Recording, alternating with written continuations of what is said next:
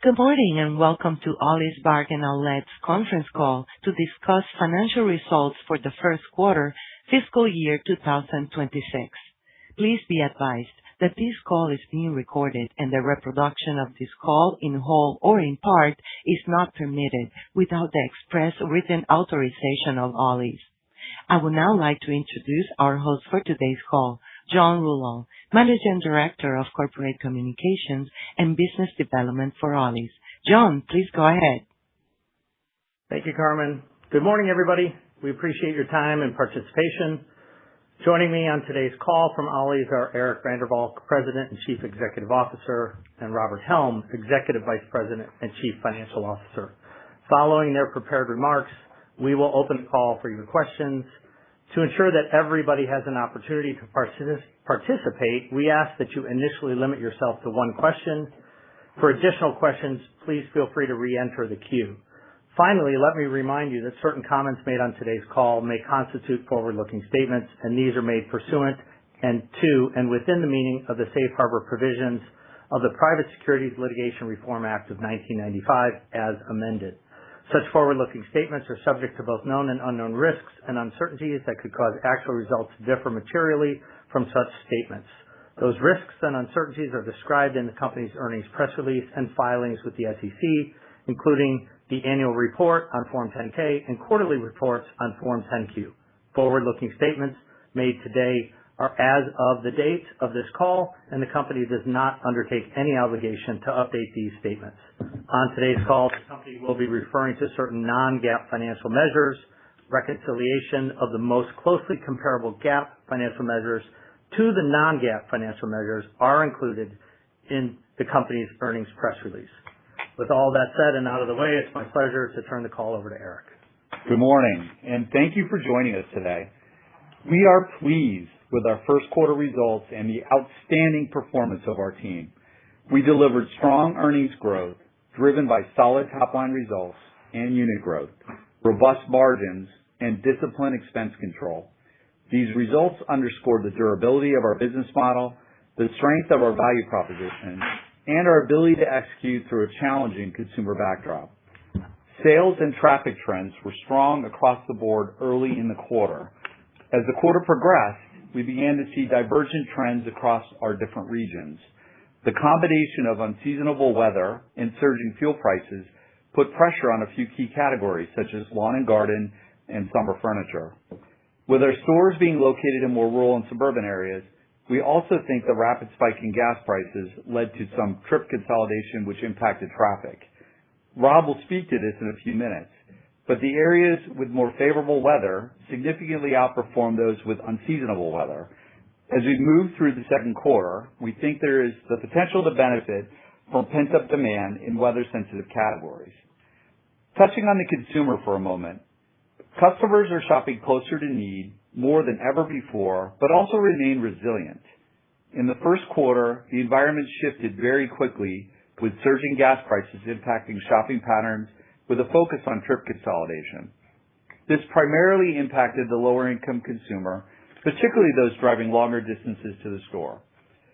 We saw further strengthening of trade down, but typically in these moments of economic stress, lower-income consumers trade out more quickly than upper-income trade in. Our continued focus on productivity and efficiency initiatives throughout our model gives us the flexibility to strengthen our value proposition when the consumer needs it most. As we move forward, we will further reinforce our strong value proposition with a renewed emphasis on exceptional deals that are extremely relevant in this moment.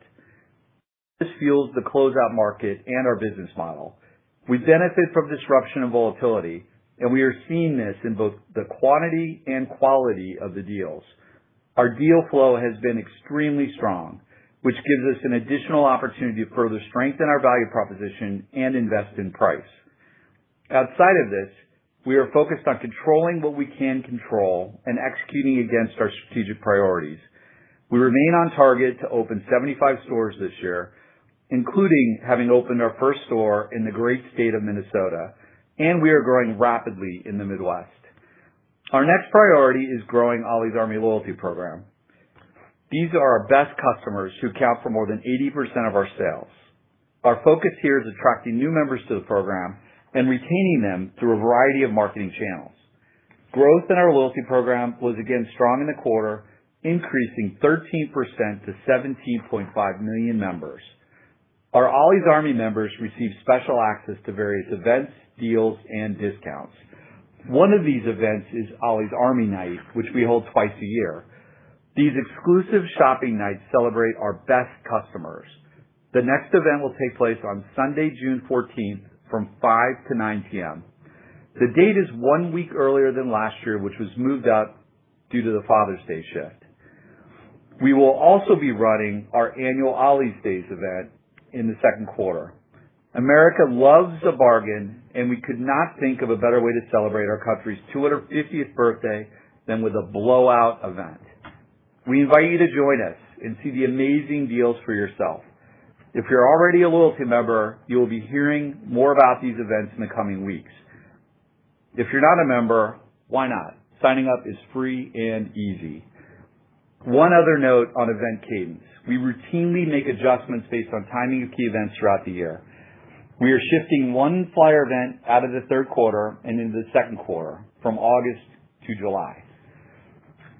On the top of things we can't control is optimizing category mix to drive sales productivity. We went after the seasonal decor category last year with great success, and we continue to build on that success in the first quarter. Even with the headwind of an early Easter, seasonal decor was one of our top performing categories. We also shrank our wall-to-wall carpet offering and replaced this with a limited assortment of living room furniture. This proved to be a good swap, with the added furniture business improving sales productivity by over 100% in the same floor space. We are excited by these early wins and will apply our learnings to other areas of the store.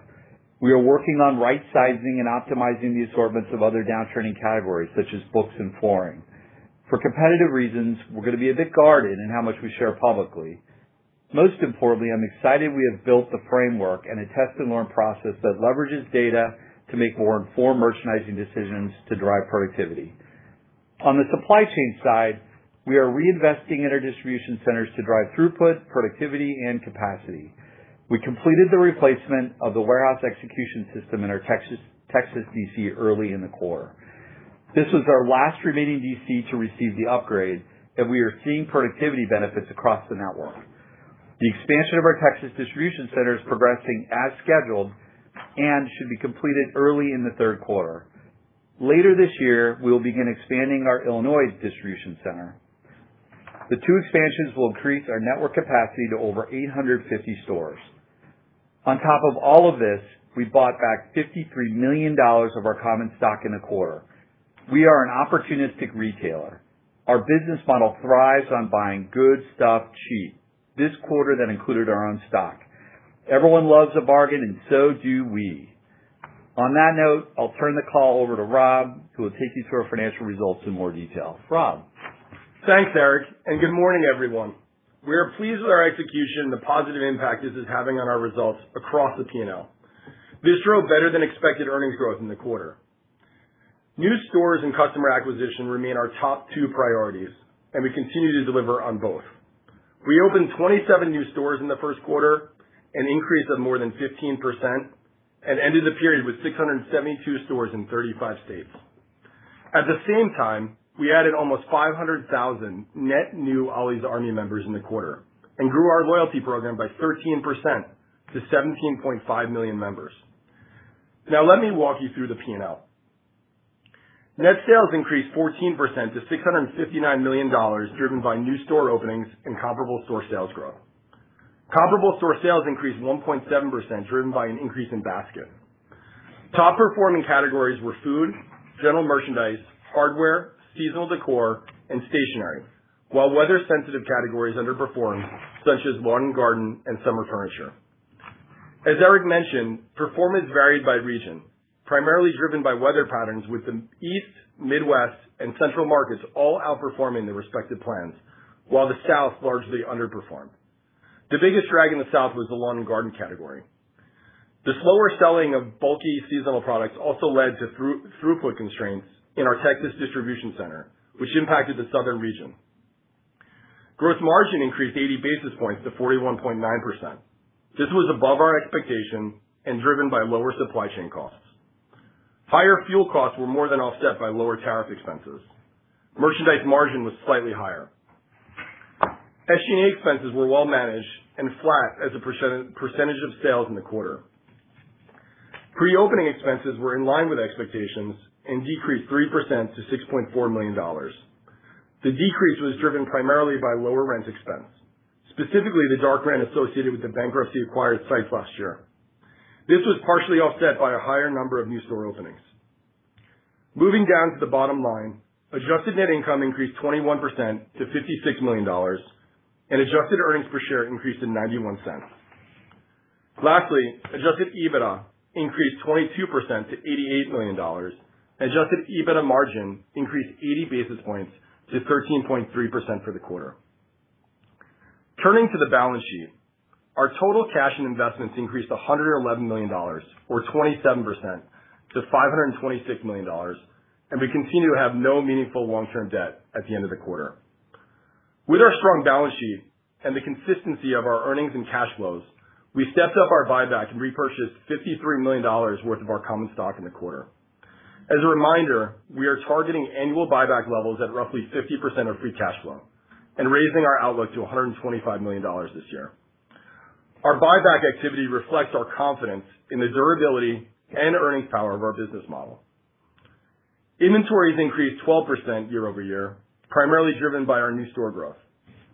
Capital expenditures were $25 million in the quarter, with the majority of the spending going towards the opening of new stores, the improvement of existing stores, and the expansion of our Texas distribution center. Let me wrap up with commentary about our outlook for the full fiscal year. First, we remain confident in our ability to deliver against our earnings algo of mid-teens growth. Solid sales growth, strong margins, controlled expenses, and the stepped-up buyback all support earnings growth this year. At the same time, we are cognizant of the state of the consumer right now. They are prioritizing their spending around their needs and driving a little less if they can. Weather is still a bit of a lingering factor, and we don't have the benefit of higher tax refunds to offset some of these pressures in the second quarter. Our comp target remains a positive 2% for the full fiscal year.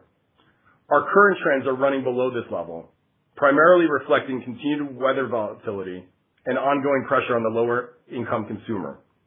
While a significant portion of the quarter remains ahead of us, and we could benefit from a normalization of weather patterns and lower-income spending, we currently believe second quarter comps could look similar to the first quarter. As a result, we are making a small update to our full-year sales outlook to reflect current trends and raising our full-year earnings per share outlook to account for the results in the first quarter. All of our outlook figures are contained in the table in our earnings release posted this morning. Our full-year guidance includes 75 new store openings, net sales of $2.98 to $3 billion, comparable store sales growth in the range of 2%, gross margin in the range of 40.7%, operating income of $340 to $348 million, and adjusted net income per share of $271 to $277 million, and $4.45 to $4.55, respectively. Let me give you some of the additional assumptions behind these numbers. Starting with tariffs, we benefited from the lower levels provided by the SCOTUS decision and assume these remain in place through July. In the back half of the year, we have left the higher pre-SCOTUS tariff assumptions in our guidance. Lastly, we have not considered the benefit of any tariff refunds in our outlook. Our earnings guidance also assumes higher fuel costs for the balance of the year. Depreciation and amortization expenses of $63 million, inclusive of $15 million within cost of goods sold, pre-opening expenses of $22 million, an annual effective tax rate of approximately 25%, which excludes the tax benefits related to stock-based compensation, diluted weighted average shares outstanding of approximately 60.9 million, which now includes a higher share repurchase level of 125 million, and capital expenditures are expected in the range of 103 to 113 million, which includes almost 20 million for the expansion of our Texas and Illinois distribution centers. In closing, let me thank all of our hardworking team members across the country. It is what you do day in, day out that makes Ollie's a special company. Now let me turn the call back over to Eric. Thanks, Rob. Our team did a great job navigating a far more dynamic and challenging environment than we've seen in quite some time. The consumer today is under pressure and increasingly focused on stretching their hard-earned dollars. We remain focused on our strategic priorities, executing with discipline, and most importantly, continuing to serve our customers. This is at the core of what we do best. For more than 40 years, our commitment to our customers has been to make their lives better by selling good stuff cheap. We will continue to uphold that commitment by managing our costs and pricing to deliver the best value in retail today. We are executing well and delivering strong results. We are investing in our future and excited about the opportunities that lie ahead. We are committed to supporting loyal bargainauts in their time of need. We are proud to say we are Ollie's!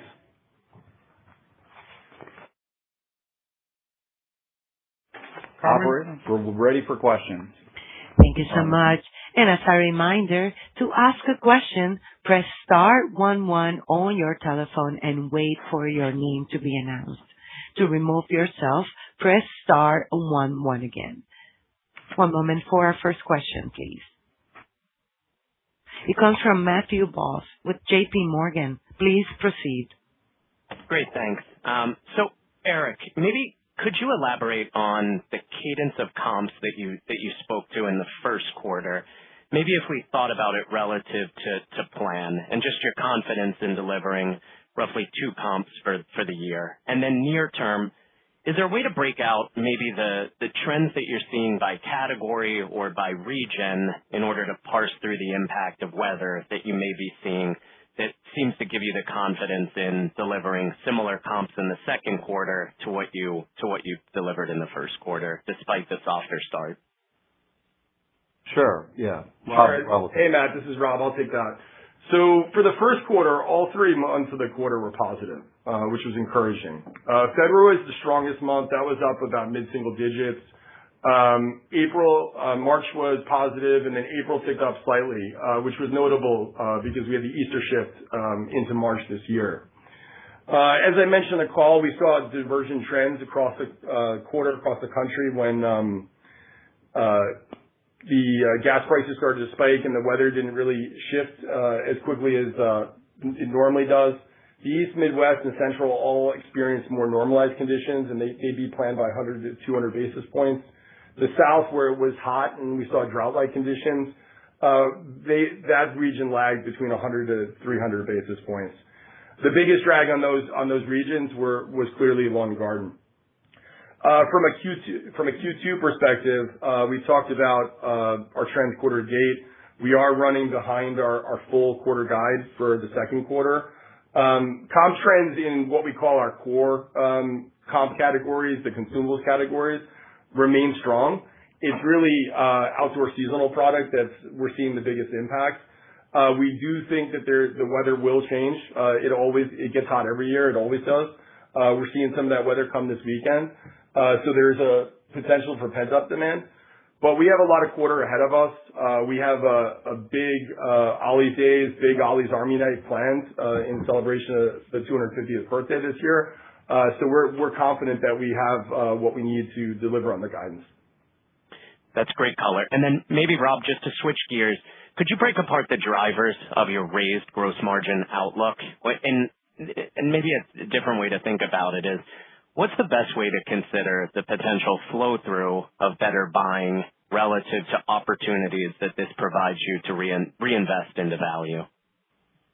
Yeah, from a gross margin perspective, most of our elevated gross margin guide is coming off of our outperformance in the first quarter. We left most of the gross margin in place for the balance of the year. We are buying better, as we mentioned in the call, and we do think that gives us the opportunity to invest in price. Our bias continues to be market share, to reinvest in customer loyalty, and to drive the top line while delivering on what we guided to originally when we entered the year. It's great color. Best of luck. Thanks, man. Thank you. Our next question comes from Randy Konik with Jefferies. Please proceed. Hey, good morning, everybody. Well, it'd be really helpful if we could, I guess, double-click on the consumer environment. You gave us some initial broad strokes about trip consolidation, some trade down or trade out, trade in. And it would be really helpful if you can kind of just elaborate on that a bit more, some more granularity. What you're seeing in the quarter, any kind of changes, particularly in the South, if weather has changed in a couple markets, a couple stores, would be helpful as well. Just a little flavor there would be great. Thanks, guys. Sure, Randy. I'll take that. I would say I'll start with your last question first. We have seen these green shoots as the weather changes regionally, even for moments. 2 or 3 days of a weather trend that's more favorable. We're seeing green shoots in our business. We see a meaningful spike in the overall business and traffic in these stores and a recovery of the seasonal businesses. So it does give us confidence that when the weather's a little bit more cooperative in these areas, that the business comes back and that confidence in our guide for Q2 or our thoughts around comps for Q2. In terms of the state of the consumer, I said that we saw meaningful change over the last few months that really started at the beginning of March. Coming out of the geopolitical environment and then the spike that happened almost overnight in surging gas prices, coupled with extreme weather, uncertainty around the economic backdrop. We did see a meaningful change in shopping patterns. Customers bought what they needed, very close to need. Consumables were very strong. See the deferred purchases on non-essentials, including weather-related items. They also shopped stores closer to home. We saw an acceleration of high-income customers, actually the most significant acceleration we've seen in quite some time. So the trade down was very strong in higher income. We're defining here as over $100,000 in household income. The pace of the trade out also accelerated, and it netted out about flat. Whereas when you look at previous quarters, either the low-income consumer was a bit more stable, or there was a slight trade out of the low-income consumer, and the higher-income consumer more than made up for that trade out. So for the quarter, it ended up netting out flat. We also see, just to add a little bit more color, a higher concentration of older fixed income customers. We have a higher concentration of those customers, and they're a relatively weak cohort for us in the quarter, which was new for us. We do know that for all the years we've been in business, that value always wins. We believe we're very well positioned with a strong value proposition as customers continue to adjust to the environment, and that we will win too. Great, super helpful. And then just following up, if you think about your comp guide for the year, how should we be thinking about traffic versus ticket contribution? Given what we saw in the first quarter, just any thoughts there would be helpful. And then I remember last year, maybe it was the fourth quarter, where new store productivity was a little underwhelming given the way you opened stores, I guess soft versus grand opening. Just give us some thoughts on how you're thinking about these openings this year, how that's going to change perhaps or not change versus last year, and how you think about new store productivity trends, in this year's cohort versus last year. Thanks. Sure. I'll answer the traffic versus ticket. Rob will take the new store productivity. I guess the real transparent answer is we don't really think about traffic versus ticket. So it's always our goal to drive traffic, and that's the most positive way to continue growing our business, and we've been very successful at that for many quarters and for the history of the company.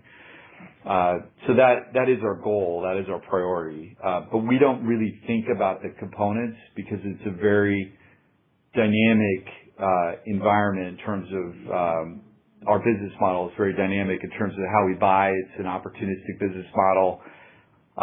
You'll remember last year in Q2 moving into Q3, we had a bit of a ticket drag due to the nature of the deal flow, and we drove a bit of a lower ticket, which resulted in very strong transaction lift, and we were very happy with that, even though there was a ticket drag. So we manage it according to the deal flow environment, and we never shy away from a deal that we believe is compelling and will excite a customer, no matter what the ticket might be.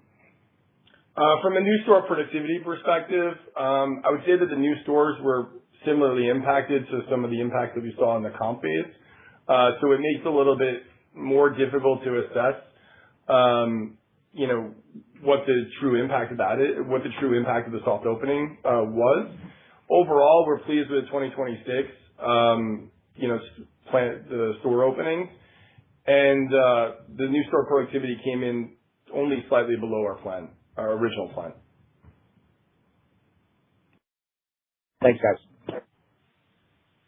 Thank you. Our next question comes from Steven Shemesh with RBC Capital Markets. Please proceed.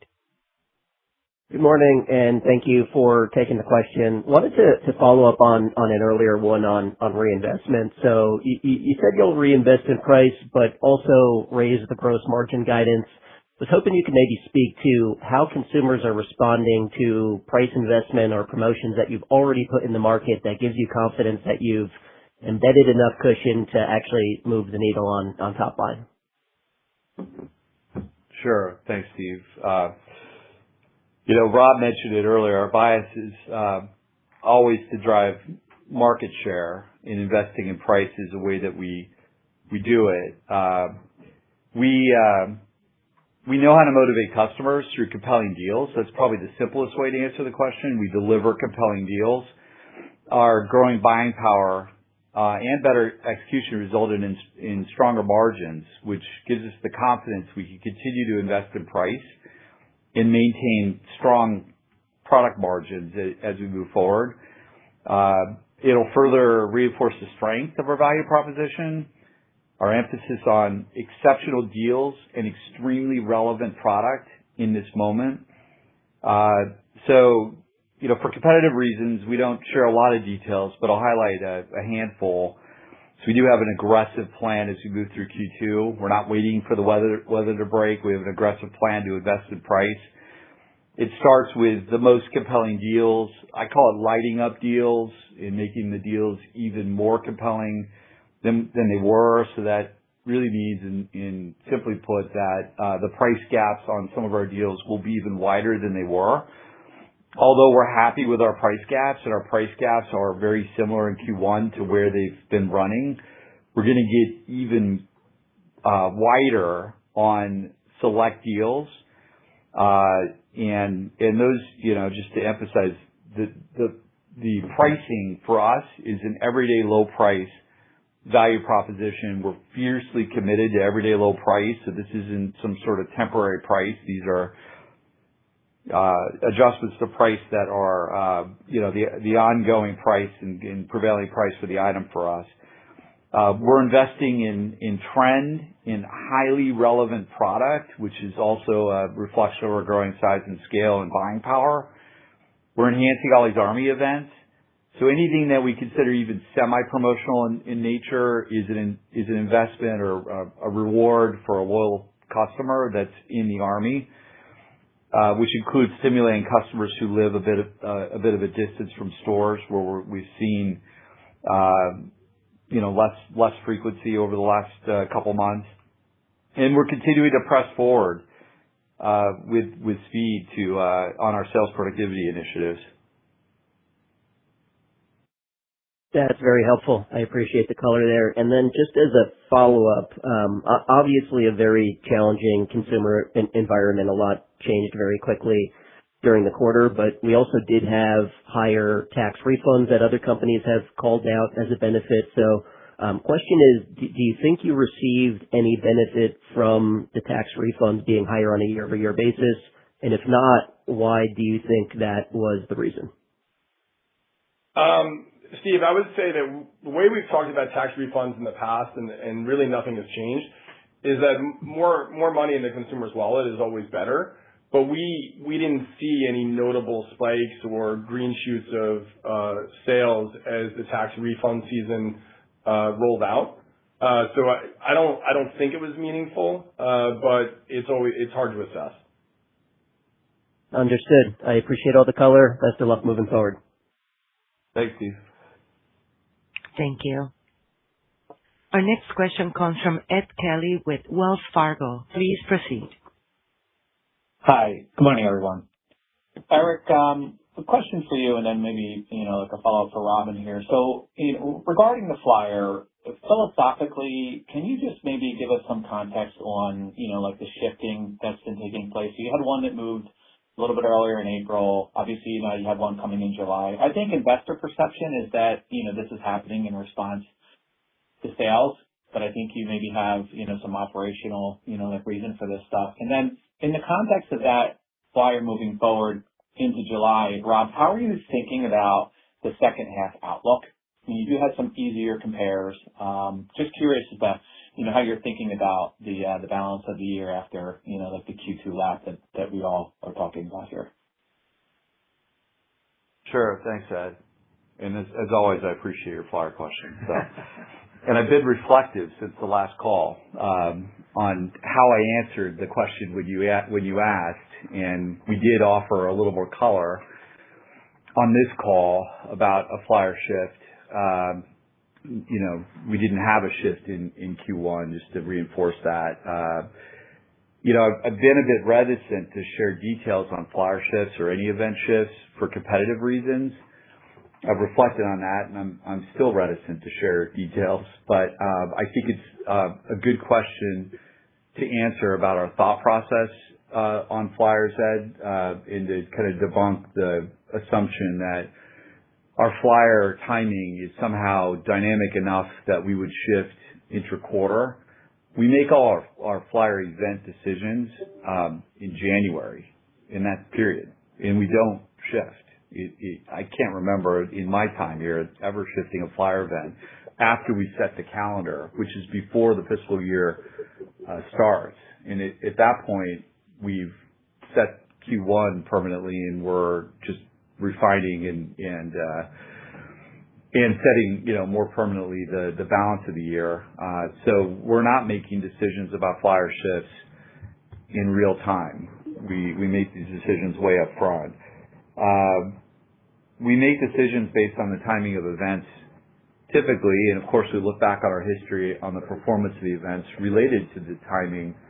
When I say events, primarily they're holidays we're talking about. And Easter, as it moves around year to year, is one of those events that we need to plan around. I mentioned earlier Father's Day is another one. We're not going to hold an Ollie's Army Night on Father's Day, although perhaps some families kick their family out of the house and send them to Ollie's, which we'd appreciate. But so we do make those decisions based on the timing of, primarily the timing of holidays, well in advance.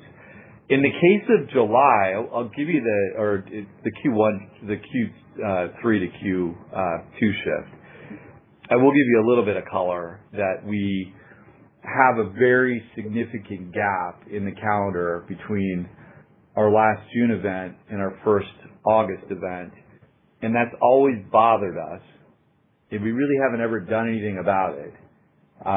We miss a period of time in the month of July that is very back to school oriented, and so we wanted to see what we could do with that, so that we were spacing our events out a little more like we space events out the rest of the year, and trying something a little bit different with a certain time of the year that typically we don't try to play as strongly in. So that was our thought process around Q2. And in terms of full year guide, I just want to put into perspective, we're talking about tens of basis points below the 2 in the first half, and potentially tens of basis points above the 2 in the second half. And to Eric's point, for the third quarter, we've planned this flyer shift since January. We understand the impact of flyers, and we understand that what we're up against when we shift one. So we're set up with the plan, we're set up with the product, and we know what we need to do to be able to drive the sales in the third quarter. Thanks, guys. Thanks, Ed. Thank you. And our next question comes from the line of Mary Sport with Bank of America. Please proceed. Hey, guys. Good morning. I was wondering if you could give us an update on the state of the closeout environment and just what you're seeing there. Thanks. Sure. Yeah, the closeout environment, it's been a highly disruptive environment for the consumer, which creates opportunities for us. We continue to benefit also from the consolidation of retail in terms of the strength of the pipeline and the consolidation of retail customers that are out there buying closeouts has continued to be very helpful to us. But most importantly, consumers under pressure means suppliers under pressure, inventories are out of balance, and suppliers are more motivated to move product. The larger deals, we continue to see consolidation of the buyer's results in larger deals available, and our ability to buy all of what a supplier potentially is offering. That continues to be a story for us. It has been a story for us probably for the last year or two at this point, and we continue to gain momentum in that.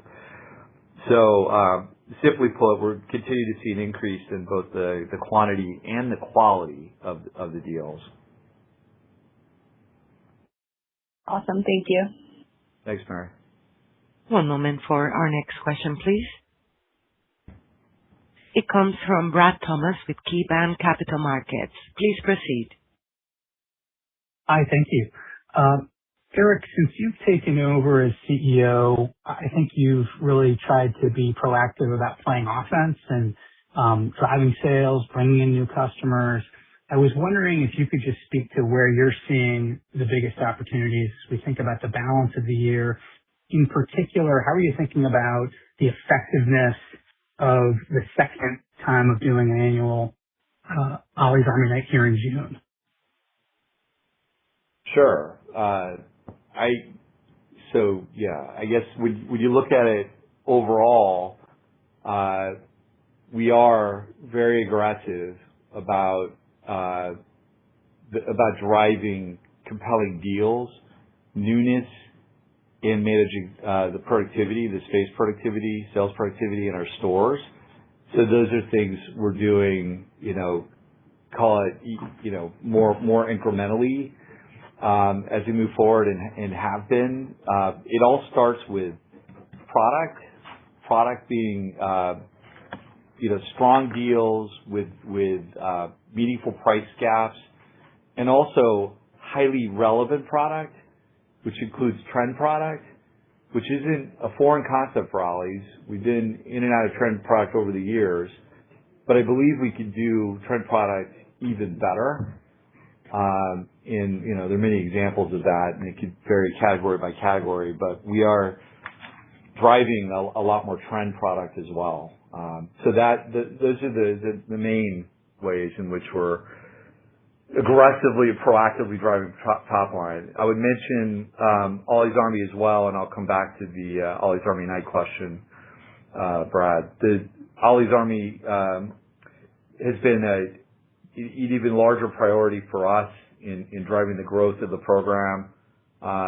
We're aggressive in how we market it, in making some of these events, like the second Ollie's Army Night or the Ollie Days event, and some other things we're doing, even more exclusive and even more special for the customer, making the program more compelling, which helps to attract new customers to the program and also helps with retention.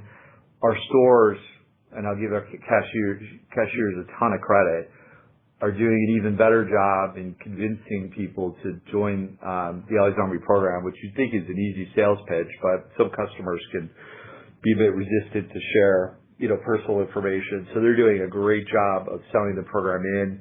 We're supporting our cashiers by making the program even more compelling, which gives them even more selling points with the consumer to get those new customers that come in our store convinced to sign up immediately, which gives us the ability to understand that customer better and market to them and tailor marketing to them. which plays into the trend product component as well. When it is we have trend product, we could deliver marketing to these customers in various digital channels, primarily, very directed to drive urgency around some of this trend product we have in stores. So we're very excited about how all that comes together, so nicely. As far as Ollie's Army Night is concerned, we feel very good about the event. We are going to be making a small adjustment to the event that hasn't yet been communicated to the public, so I'm not going to share for competitive reasons that adjustment, but we do look at these events as opportunities to stimulate and excite and reward our customers. So we're always looking at opportunities to make adjustments to make the event even more compelling, and it convince people to jump off their couches and run into the store and stand in a line to get special discounts and the exclusivity of shopping the store, without the general public. That's great. And if I could ask a follow-up on gross margin to Rob, just as we think about some of the moving pieces here, the flyer, what's happening in seasonal right now, any more details that you'd be able to share about how to think about the cadence of gross margin through the year? We'd expect the cadence of grosses to be very similar for the balance of the year to what we saw last year. I think that's the best way to model it.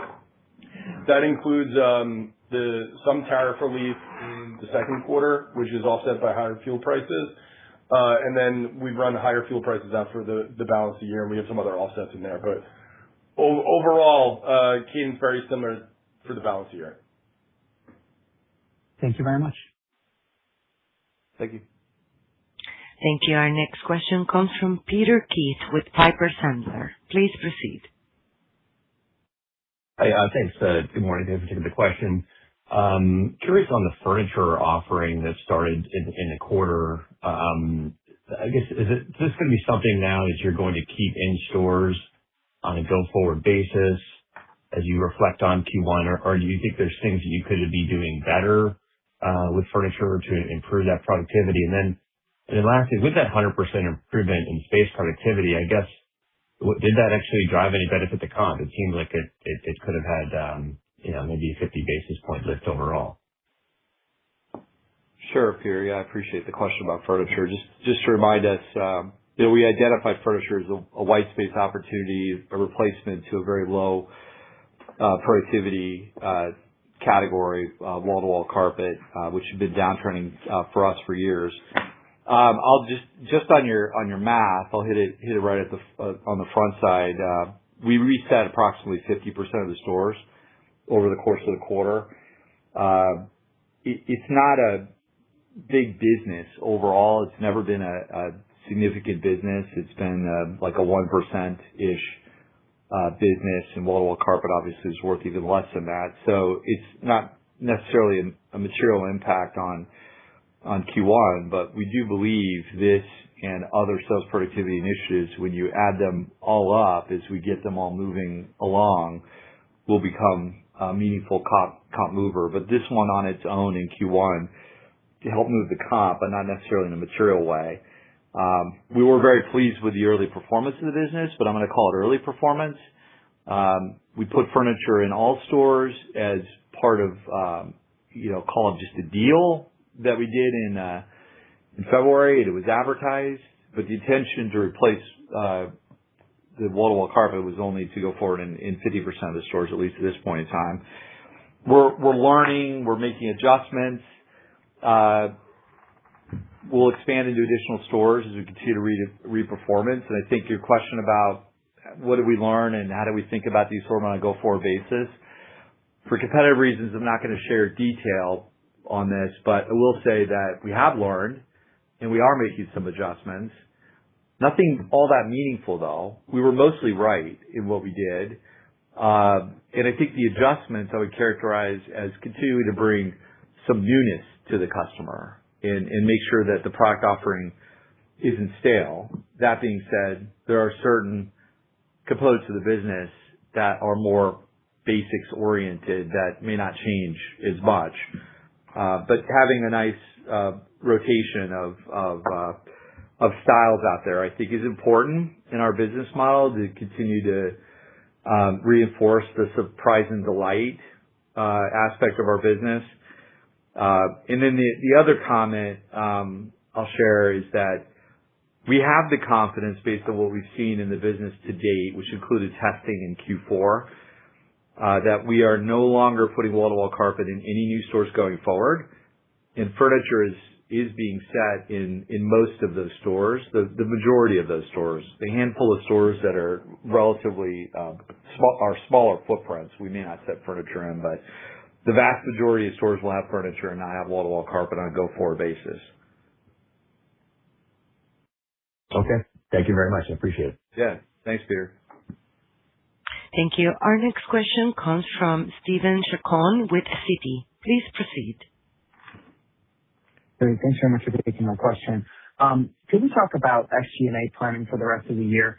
And I'm curious, since you're running behind from a comps perspective here in the second quarter to date, talk about the ability to flex SG&A if comps come in a little bit below plan. SG&A guidance is similar to what we've seen, what we guided originally for the year. In the first quarter, the pressure that we had seen in the past, medical expenses and workers' comp and casualty claims, came in pretty neutral. So that was a good sign to see. Some of the things that we've done to moderate that expense have taken hold in those actions. For the first quarter, we were actually up against elevated utilities expense. I think a lot of folks have talked about it. That was almost a deleverage of about, call it 15 basis points in the quarter alone.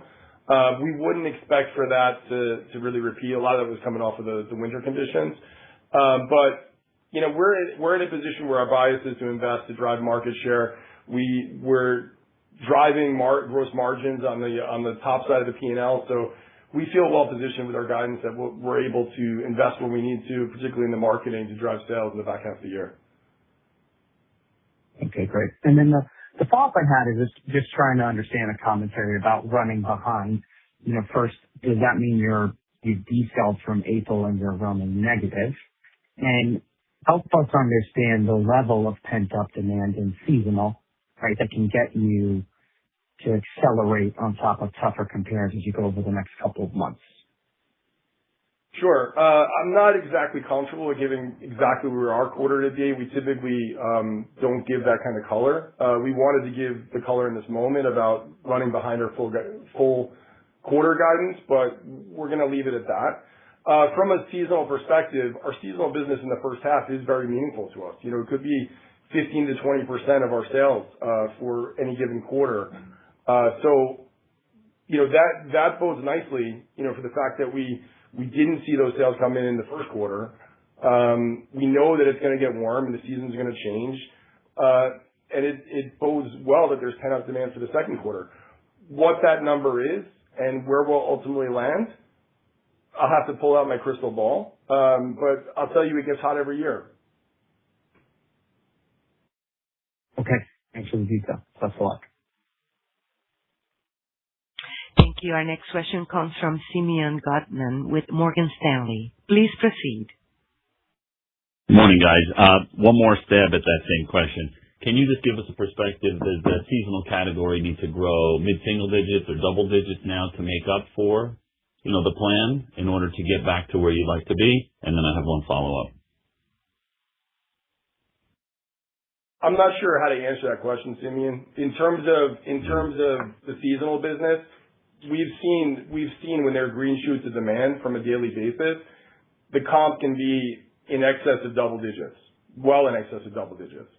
When it gets hot, consumers run to the store and they buy the product they need for the outdoor seasonal. So we're confident, and we've seen that as the weather normalizes in those regions, the sales come back. The other piece that we're encouraged by is that our core comp, or core category comp, consumables, remains very strong, and that's well in excess of what the overall company's comp is.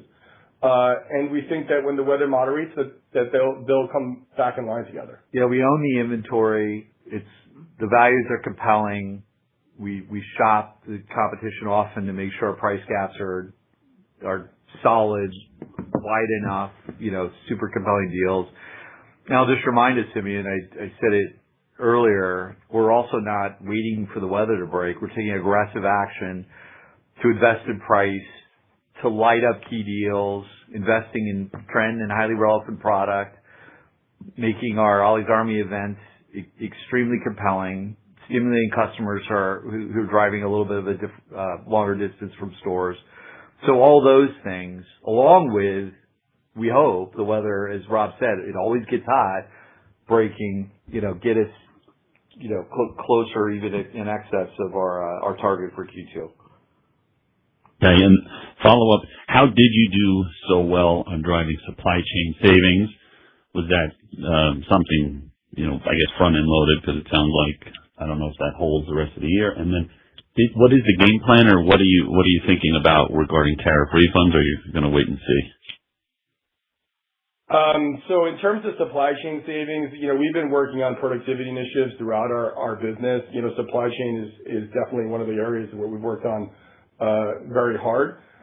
We've seen supply chain savings pretty much in every aspect of supply chain except for fuel costs, which weighed on us. From a tariff perspective, we have filed for our tariff refunds. To date, we've received an immaterial amount of the tariff refunds, and we're going to wait and see for the balance of the tariff refunds like everyone else. The one piece to point out is the tariff refund is not anywhere considered in our guidance. Yep. Okay. Thanks. Good luck, guys. Thanks, Simeon. Thank you. Our next question comes from Anthony Chukumba with Loop Capital Markets. Please proceed.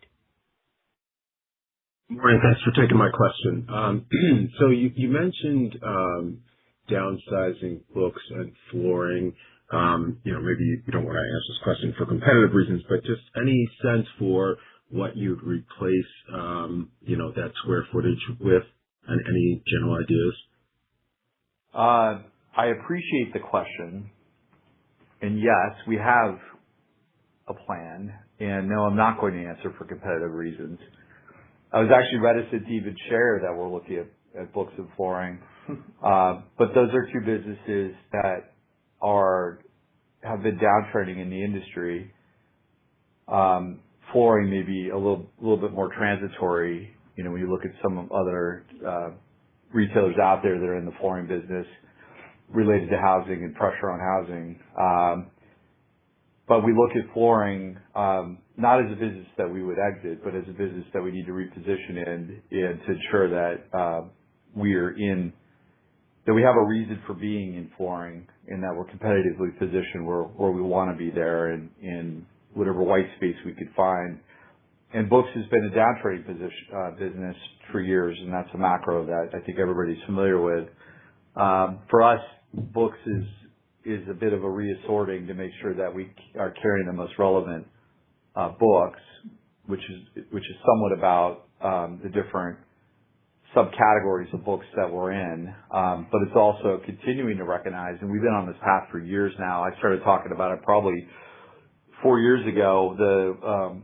As we move forward with new stores and with some of the remodel initiatives, downspacing books in favor of other categories, and even moving books, which used to be in the front of every store and in front of the front door and the absolute best space of the store, to a secondary space, not a space that was lost in, but a secondary space in the store, and downsizing. So this is just a continuation of that, potentially an acceleration of that. But we're going to stay in the book business. We're committed to the book business. We're going to stay in the flooring business. We're committed to those two businesses.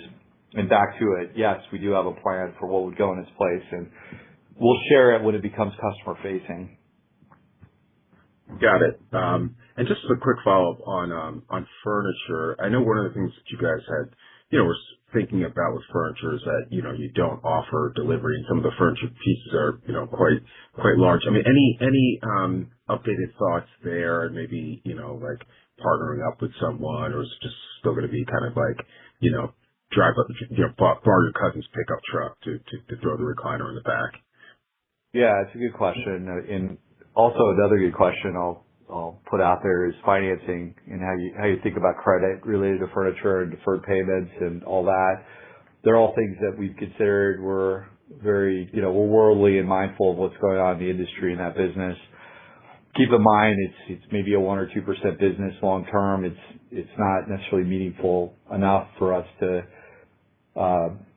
become, I guess, a full service furniture destination. We don't think of the business that way. We think of the growth of the business. But honestly, mostly we thought of, we didn't want to be in the wall-to-wall carpet business anymore. So this was, we thought, a good alternative. On delivery, we tested it, and the customer didn't respond well to it. So if we give away the delivery, meaning free delivery, then our values won't be as good, or there's margin compression in the business. And we decided to price it at a price gap that was compelling instead of building in free delivery and having customers, some customers have the ability to bring it home and some maybe don't, and having that be a point of friction. When we price delivery to cover the cost of delivery, the customer's not willing to spend it. For the most part, they're just not willing to spend. So the jury's not necessarily out. I'm not saying that's a final answer, but we did test it and didn't like the result, and we're currently not offering delivery. Customers seem to figure it out, and I realize not all of them figure it out, and it's a reason some may not buy. We do let people purchase in advance and plan to pick up at a later date. So we give people the flexibility to reserve a piece, and we're seeing many customers take advantage of that, and they'll pick up on the weekend. So they may come in on a Tuesday and make the purchase and come back on a Saturday or Sunday when they have a pickup truck available or they have the time to go rent a truck. They figure it out. So far it seems to be working. The credit aspect of that is to be determined. As you know, we do have an Ollie's credit card, and there is something we could consider there. We have talked about, and maybe that's a move to consider as it would apply to some other big ticket businesses that we're in, like mattresses is a good example. So that's a TBD. Got it. Thanks so much. Keep up the good work. Thanks, Anthony. Thank you. Thank you. Our next question comes from Chuck Grom with Gordon Haskett. Please proceed. Hey, guys. Hope you're well. On 1Q, can you guys provide the composition of the comp between traffic and tickets just so we have it? And then for 2Q, sorry to beat a dead horse here, but just to clarify, it sounds like you expect the quarter to be up 1.7, but you're behind that today. I just want to get that right. Starting with the last part, you're correct. We would expect for the second quarter comp to be slightly lower than the 2, similar to the first quarter. From a first quarter comp dynamics, it was almost entirely basket. Traffic was positive, but only slightly positive. We believe that trip consolidation weighed in. Okay, great. And then, Eric, just on the comment regarding more price actions here in the second quarter, it doesn't sound like you have any anticipation for that to impact the overall gross margin rate. Just want to clarify if that's the case. And I guess historically, when you've invested in price, the success that you've had with those actions. Sure. The answer on the gross margin question is we remain confident in delivering the margin for Q2 and for the year, which is definitely a testament to our consolidation of buyers in the closeout space that we're in and in better execution. So we remain confident that we have the margin that we can invest in price as we move forward, and we have been quite effective at this. We do have a lot of experience in doing this, and it is part of what we do. We may be getting more aggressive in this moment based on where we see the state of the consumer and where we could read into some of what happened in Q1. And looking at our seasonal businesses as well and making sure that we're on top of those businesses. But we have levers to pull, and we like where we're at. We like especially where we're at in in a very good deal flow and the ability to bring, great deals to the consumer that's going to motivate them to shop.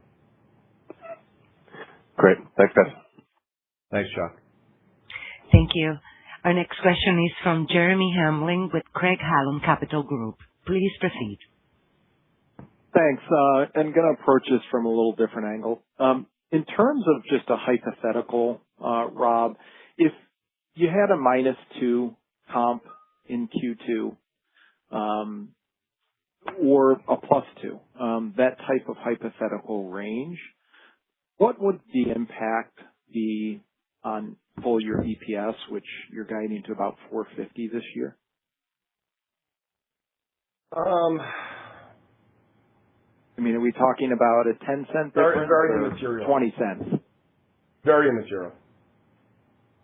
For the second quarter alone, right? Jeremy, that's what your question was, you posed? Yeah. A -2 to a +2? Immaterial. Right.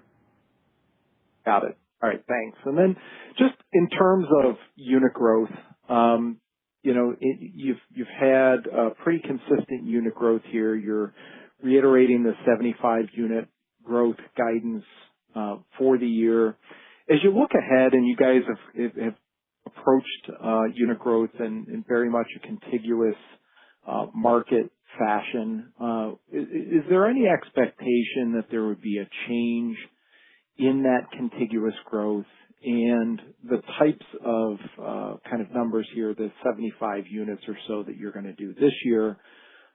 Is there anything that you see in the outlook for the market that would make that change here in the coming years? No, that's a simple answer. We don't see a change. The real estate pipeline has been strong, has remained strong. Still a lot of vacancies out there related to the consolidation of retail. A lot of the stores that have closed, which I won't rattle them off. We're all familiar with them, but a lot of those stores are sitting out there, and we have become a even more attractive tenant to landlords out there. So we have the confidence that we can continue to deliver on the 10% unit growth, which is 75 is a little ahead of the 10% unit growth for this year, but it's pretty close. If you said 75 for next year, pretty close to 10% for next year. So we don't see anything that would give us any less confidence we can continue to deliver at least through 27. It's hard to have visibility beyond 27, but we have confidence at least for the next 2 years. And the contiguous growth, I guess I'll answer that. You said contiguous. We're still committed to contiguous growth. 100%. Every now and then we challenge ourselves on that, and we always come back with conviction. Contiguous growth works best for us. Got it. Thanks so much. Best wishes. Thanks, Jeremy. Thank you. Thank you. Our next question comes from Scott Ciccarelli with Truist Securities. Please proceed. Good morning, guys. Another gross margin question. So as it's been pointed out, you do have a bit more of a mixed shift to consumables. That's typically lower margin. You're being more aggressive on pricing to provide more value, also potentially gross margin negative. So what are the positive offsets that help us reconcile to the higher gross margin guide for the year? The number one starts and stops with is size and scale and the consolidation of closeout buys. We're getting better margins on closeout buys across the landscape, including the food and consumable space. In addition to that, productivity benefits, right? So we're improving on the supply chain lines. The fuel headwind is a relatively minor headwind for us, call it 20, 30 bips. Tariffs more than offset that in the first quarter and in the second quarter. And the last piece I would tell you is we are experiencing lower shrink. That was a headwind that we saw for several years. Continue to do better there. Got it. And then just to follow up, given your balance sheet cash flow and kind of where cash yields are today, could we see the buyback program scale even beyond the new 125 target? Thanks. There is potential for that. We are committed to 50% of our free cash flow target. As we drive our cash flows higher, we will reinvest in a number of areas in the business, including ourselves and the stock. I would expect for the buyback at these levels to be similar in Q1. similar in Q2 as it was Q1. Got it. Thanks, guys. Thanks, Scott. Thank you. Our next question is from Mark Carden with UBS. Please proceed. Good morning. Thanks so much for taking the question. So the first one's a follow-up right there on fuel. You called out building in higher prices earlier into the balance of the year. So if we see a resolution to the conflict that's on the sooner side, would you expect to recover a good chunk of those 20 to 30 basis points you just outlined? Just trying to piece out how much of an impact this dynamic may have, given how fluid it's been. We would invest in a price, but sure. Yeah, I mean, it's hard to tell, right? It's an uncertain and rapidly shifting environment. We thought that it was good to be conservative on our gross margin guide with all the different factors and pieces that we've discussed today. But if there was some relief, Eric's right. Our bias is to drive market share and awareness, and we would continue to do that while delivering on our numbers to the street. Got it. That's helpful. Thanks. And then as a follow-up, you guys called out consolidation for some of your more rural customers, just given the higher fuel prices that they're facing. Have you guys historically seen this behavior accelerate or decelerate when fuel prices cross certain psychological thresholds, like $4 a gallon or $5 a gallon, or has it tended to be less cut and dry there? It's a little less cut and dry. It's really this year in the first quarter was really about the speed of the increase and the rapid nature of what we've seen here. We think that the consumers likely will rationalize this, and we've seen them be resilient and shopping closer to need.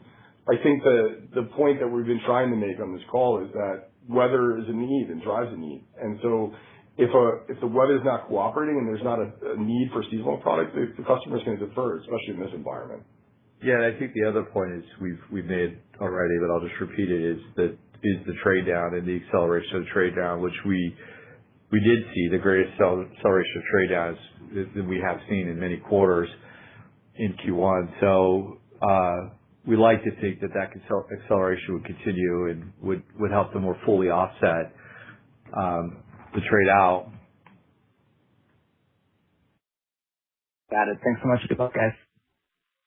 Thank you. Thank you, ladies and gentlemen. This concludes our Q&A session and conference for today. We want to thank everyone for participating. You may now disconnect.